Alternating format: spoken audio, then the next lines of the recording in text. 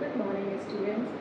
So students, today in this video we are going to discuss clause. और clause एक ऐसा topic है जो स्टूडेंट्स को डिफ़िकल्ट लगता ही लगता है। सो आज हम इस वीडियो में clause के बारे में सब कुछ पढ़ेंगे, सब कुछ समझेंगे। मैं आपको सारी फैक्ट्स और सारी बातें clause से रिलेटेड बताने वाली हूँ। साथ ही मैं आपको ऐसी टिप्स शेयर करूँगी जिससे आप clause के क्वेश्चंस मिनटों में नहीं, इनफैक्ट सेकेंड्स में सॉल्व कर पाएंगे। तो वीडियो को लास्ट तक देखिएगा क्योंकि बीच बीच में मैं आपको ट्रिक्स शेयर करने वाली हूँ related to each and every type of clause. और शुरू से लेकर एंड तक हम सारी बातें क्लॉज से रिलेटेड पढ़ेंगे। सबसे पहले समझते हैं कि क्लॉज होता क्या है। Clause is actually a group of words. ठीक है, ग्रुप ऑफ वर्ड्स मीन्स कि इसमें दो से ज़्यादा वर्ड्स होंगे।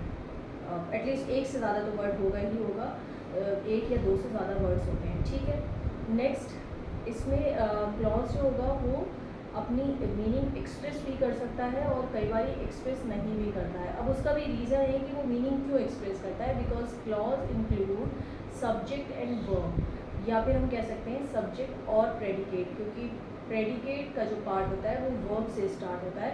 तो क्लॉज में सब्जेक्ट और वर्ब इंक्लूडेड होगा। तो कहीं ना कहीं अगर सब्जेक्ट वर्ब क्लॉज में इंक्लूडेड है तो शायद वो कुछ मीनिंग एक्सप्रेस कर सकता है। बट समटाइम्स, जैसा कि मैंने बोर्ड पे लिखा है, कैन एक्सप्रेस इट्स मीनिंग, यानी कि वो कर भी सकता है, लेकिन ऐसा ज़रूरी नहीं कि वो हर टाइम आपको अपनी कंप्लीट मीनिंग बता दे या कंप्लीट आपको सेंस बता दे। तो ये समझ में आ गया कि क्लॉज क्या होता है। क्लॉज एक ग्रुप ऑफ वर्ड होता है, right. It can express it's meaning को एक्सप्रेस भी कर सकता है। नेक्स्ट जो सबसे इम्पॉर्टेंट बात है वो ये कि क्लॉज में सब्जेक्ट आएगा और वर्ब आएगा, या फिर ये भी हो सकता है कि सब्जेक्ट और वर्ब के साथ साथ कुछ एक्स्ट्रा एडिशनल वर्ड्स भी क्लॉज में इंक्लूड हो सकते हैं। अब हम जैसे जैसे आगे पढ़ेंगे तो with examples we will understand कि वो एक्स्ट्रा वर्ड्स क्या हो सकते हैं या कैसे हो सकते हैं। ठीक है, तो ये बात तो अच्छे से समझ में आ गई कि क्लॉज का मीनिंग क्या है और क्लॉज एक्चुअली होता क्या है। तो अब हम इसको और आगे पढ़ते हैं। हम ये देखेंगे कि क्लॉज को हम जब डिवाइड करते हैं, when we are doing the division of clauses, तो वो टू बेसिस पे होता है। फर्स्ट ऑफ ऑल तो वो होगा स्ट्रक्चर के बेस पे। ठीक है, तो स्ट्रक्चर के बेस पे क्लॉज का डिस्ट्रीब्यूशन किस तरह से होगा, वो इधर इट इज़ डिपेंडेंट क्लॉज और इंडिपेंडेंट क्लॉज। अब जैसे कि the name of the clause itself expressing the meaning, भाई इंडिपेंडेंट क्लॉज है तो दैट मीन्स कि वो अपने आप में कंप्लीट मीनिंग एक्सप्रेस कर रहा है। जैसे कि मैं आपको पहले बता चुकी कि क्लॉज अपनी मीनिंग को एक्सप्रेस भी कर सकता है और नहीं भी कर सकता है, पूरा कंप्लीट सेंस बता दे या ना बताए। तो यहाँ पर इंडिपेंडेंट का मतलब है कि वो ऐसा क्लॉज है, independent clause which is telling the complete thought. ठीक है, पूरी बात उसको पढ़ के समझ में आ रही है, राइट। ये क्लियर हो गया इंडिपेंडेंट क्लॉज क्या होता है। और अच्छे से समझने के लिए एग्जाम्पल देखते हैं। The sun is shining brightly. The sun is shining brightly, इसमें आप बहुत अच्छे से देख सकते हैं कि इसमें सब्जेक्ट भी इंक्लूडेड है सेंटेंस में, वो भी इंक्लूडेड है। और मैंने जैसा कि मैंने आपको बताया कि फ्रेज में सब्जेक्ट और वर्ब से अलग कुछ एक्स्ट्रा वर्ड भी हो सकते हैं सेंटेंस के। तो यहाँ पर एक्स्ट्रा वर्ड्स भी हैं, हमें शाइनिंग ब्राइटली, ये एक्स्ट्रा वर्ड्स हैं, बट ये अपने आप में एक इंडिपेंडेंट क्लॉज है, कंप्लीट मीनिंग बता रहा है। बट ये सिर्फ एक ही क्लॉज है, इसमें दूसरा कोई और क्लॉज नहीं है। This is the sentence which is framed from one independent clause. तो ये क्लियर हो गया क्लॉज क्या होता है, इंडिपेंडेंट क्लॉज क्या होता है। इंडिपेंडेंट क्लॉज किसी पे डिपेंड नहीं करेगा और वो अकेला भी हो सकता है सेंटेंस में, या फिर वो किसी और के साथ भी यूज़ किया जा सकता है। मे बी के सेंटेंस में कोई डिपेंडेंट क्लॉज भी आ रहा हो। अभी यहाँ जो मैंने आपको एग्जाम्पल कोट की, इसमें कोई और दूसरा क्लॉज नहीं है। ठीक है, तो independent clause can stand alone, वो स्टैंड अलोन ही करेंगे और हमेशा अपनी कंप्लीट मीनिंग बताएंगे। सेंटेंस में वो अकेले भी हो सकते हैं या साथ में किसी को सपोर्ट करने के लिए भी हो सकते हैं, क्योंकि इंडिपेंडेंट क्लॉज को तो मीनिंग एक्सप्रेस करने के लिए किसी की सपोर्ट की ज़रूरत नहीं है। तो ये क्लियर हो गया। तो आपको क्लॉज के क्वेश्चन सॉल्व करने के लिए सबसे पहली चीज़ जो हमेशा ध्यान रखनी है कि उसमें क्लॉज में सब्जेक्ट और वर्ब इंक्लूडेड होना चाहिए। सब्जेक्ट और वर्ब ज़रूर होना चाहिए, तभी वो क्लॉज है। ओके, नेक्स्ट पे आते हैं। नेक्स्ट, अगर एक स्ट्रक्चर के बेस पे क्लॉज का हम डिवीजन करें तो नेक्स्ट जो क्लॉज होगा वो होगा डिपेंडेंट क्लॉज। अब नेम से ही पता चल पा रहा है हमको कि डिपेंडेंट क्लॉज यानी दैट मीन्स कि it is dependent on another clause. अब वो अनदर क्लॉज जैसा हमने पहले आपको बताया कि दूसरा दूसरा क्लॉज कौन सा होगा, वो इंडिपेंडेंट क्लॉज होगा जिस पे वो डिपेंड कर रहा होगा, ठीक है। तो तभी वो डिपेंडेंट क्लॉज अपनी मीनिंग को कंप्लीट कर पाएगा, अदरवाइज अगर उसको हम सेंटेंस से सेपरेट कर दें तो हमें कुछ समझ में नहीं आएगा, ठीक है। तो डिपेंडेंट क्लॉज की एग्जांपल देखते हैं। Although it was raining we went for a walk. Although it was raining, एक तो ये क्लॉज हो गया, दूसरा है we went for a walk. तो we went for a walk कैसा क्लॉज है, ये एक इंडिपेंडेंट क्लॉज है, इससे पूरा समझ में आ रहा है हमको कि भाई we went for a walk, ठीक है। तो ये क्या हो गया, ये तो हो गया इंडिपेंडेंट क्लॉज। अब पहले वाले क्लॉज पे आते हैं।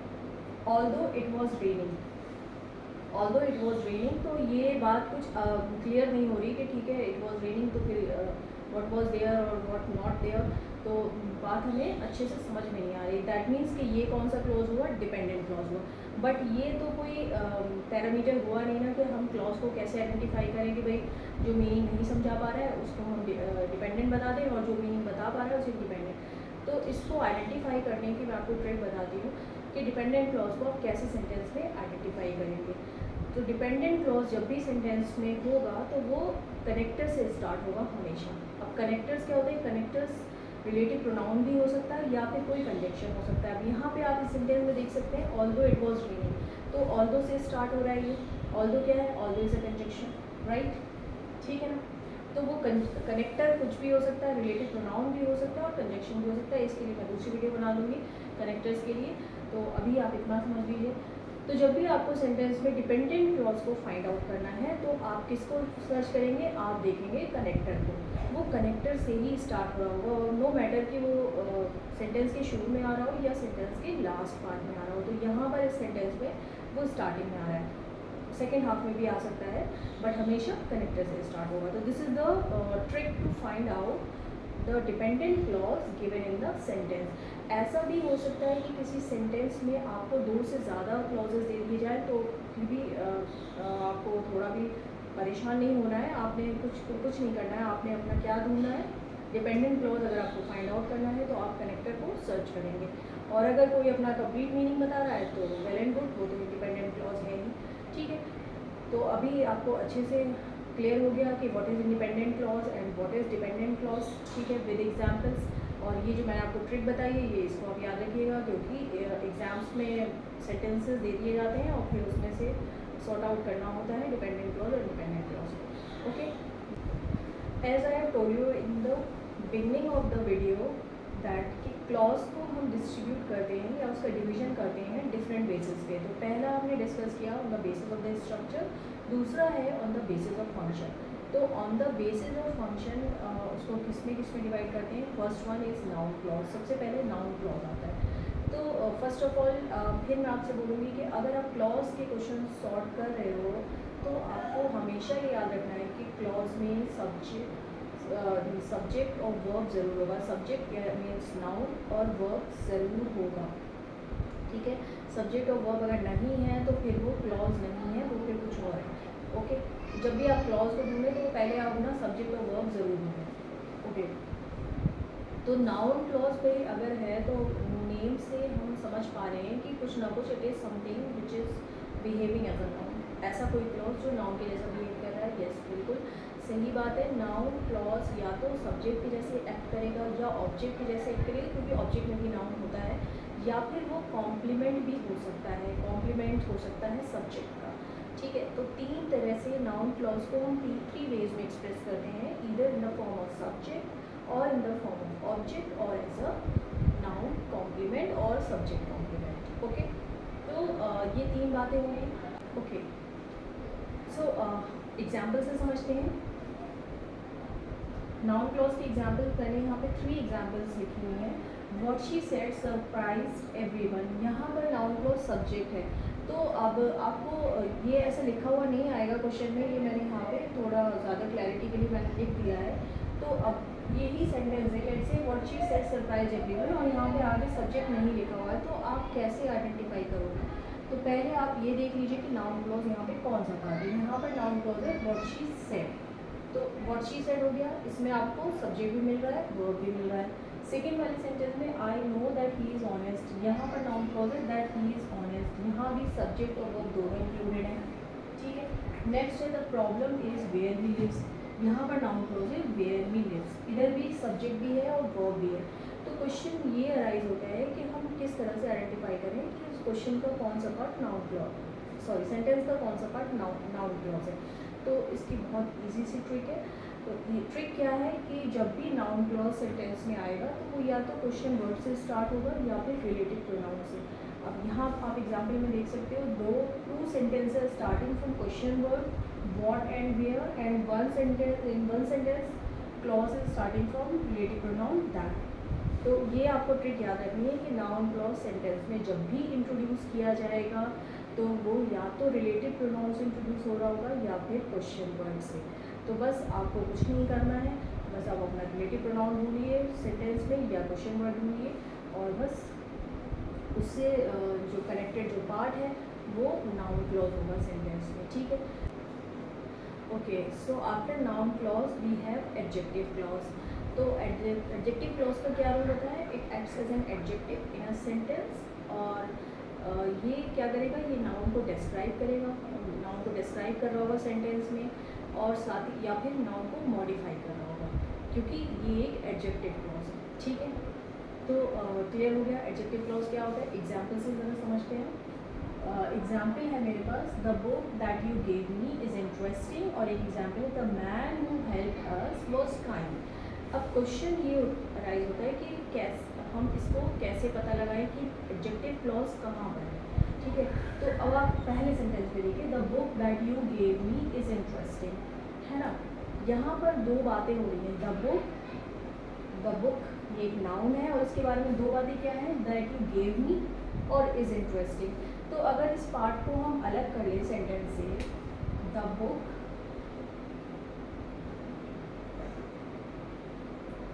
बुक इज इंटरेस्टिंग, एक तो ये बात हो गई,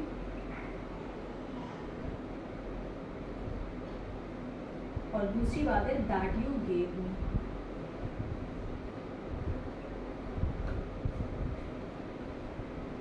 ठीक है, क्लियर हो रहा है। द बुक इज़ इंटरेस्टिंग और दूसरी बात है दैट यू गेव मी। तो ये वाला जो पार्ट मैंने अलग किया है यही एडजेक्टिव क्लॉज है सेंटेंस में। That you gave me is an adjective clause, ठीक है।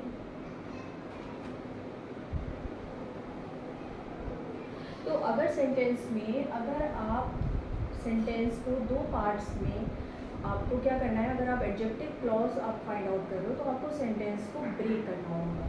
अगर सेंटेंस ब्रेक करके आप इस तरह से दो पार्ट्स में उसको बना पा रहे हो तो उसमें से वो वाला पार्ट जो या तो रिलेटिव प्रोनाउन से स्टार्ट हो रहा है या फिर कनेक्ट या फिर WH वर्ड से स्टार्ट हो रहा है, वो क्या होगा, वो आपका एडजेक्टिव क्लॉज होगा, ठीक है। That you gave me, the book is interesting, that you. अब ये वाली बात मैंने नाउन क्लॉज में बताई थी कि नाउन क्लॉज या तो रिलेटिव प्रोनाउन से स्टार्ट हो रहा होगा या फिर WH क्वेश्चन वर्ड से स्टार्ट हो रहा होगा, लेकिन वहाँ मैंने आपको ये बात नहीं बताई थी कि वहाँ आपको नाउन क्लॉज में आपको सेंटेंसेस को पार्ट्स में डिवाइड नहीं करना है। वहीं आपको एक ही सेंटेंस होगा, पार्ट्स में टू पार्ट्स में सेंटेंस कभी भी अलग नहीं किया जा सकता जहाँ पे नाउन क्लॉज यूज हुआ है, ठीक है। उसी में से आपको अगर सेंटेंस रिलेटिव प्रोनाउन या फिर WH वर्ड से स्टार्ट हो रहा है तो वो आपका नाउन क्लॉज है। यहाँ एडजेक्टिव क्लॉज के लिए आप सेंटेंस को ब्रेक करेंगे। ब्रेक कर अगर हो पा रहा है सेंटेंस आपका और दो पार्ट्स में डिवाइड हो रहा है, दो बातें निकल के आ रही हैं, तो बस वो वाली बात जो या तो आपकी कनेक्टर से स्टार्ट हो रही है या फिर WH वर्ड से स्टार्ट हो रही है, यूजुअली रिलेटिव प्रोनाउन होगा, तो वो क्या होगा, वो एक एडजेक्टिव क्लॉज होगा, ठीक है।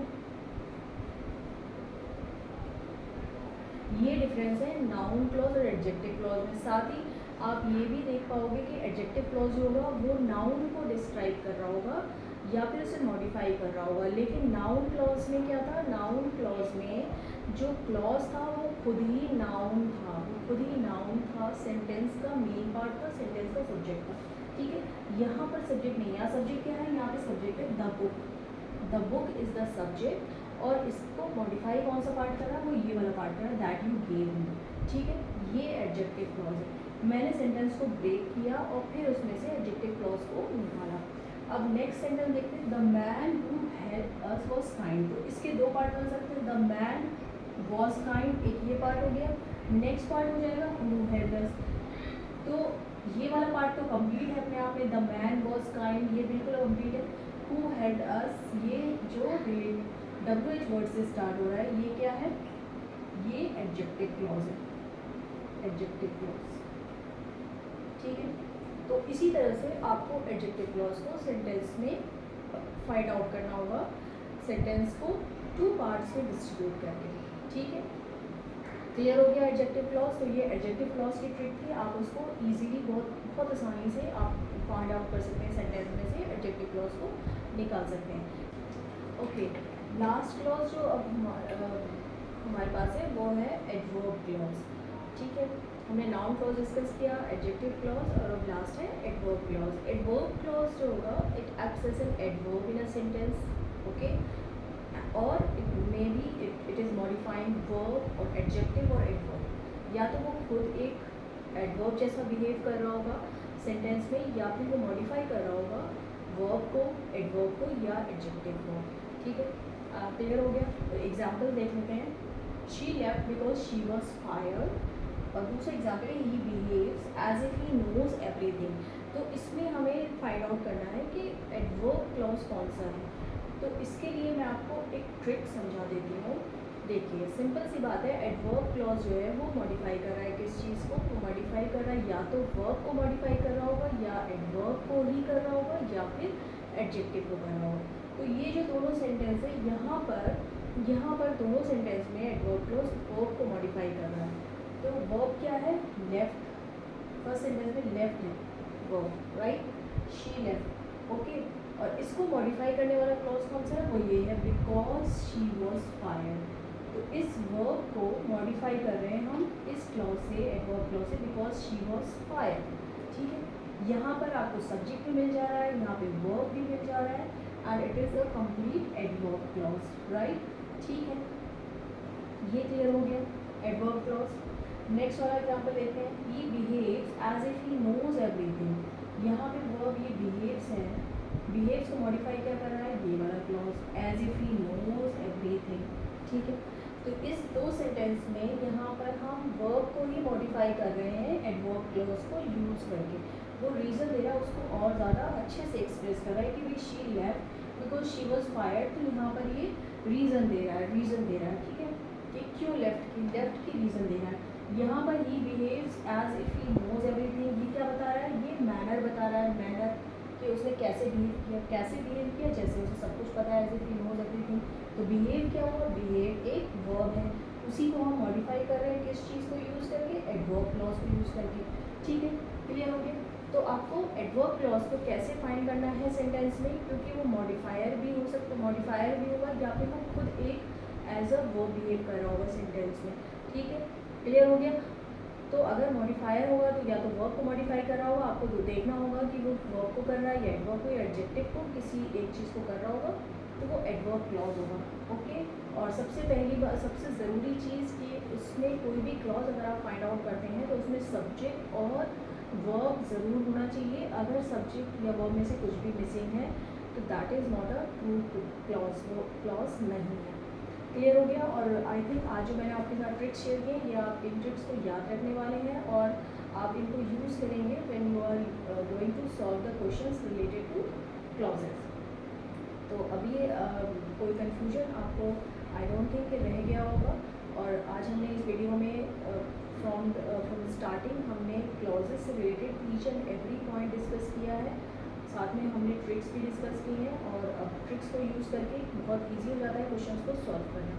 तो अगर आज आपने मेरी वीडियो से कुछ अच्छा और कुछ नया सीखा तो मेरी वीडियो को लाइक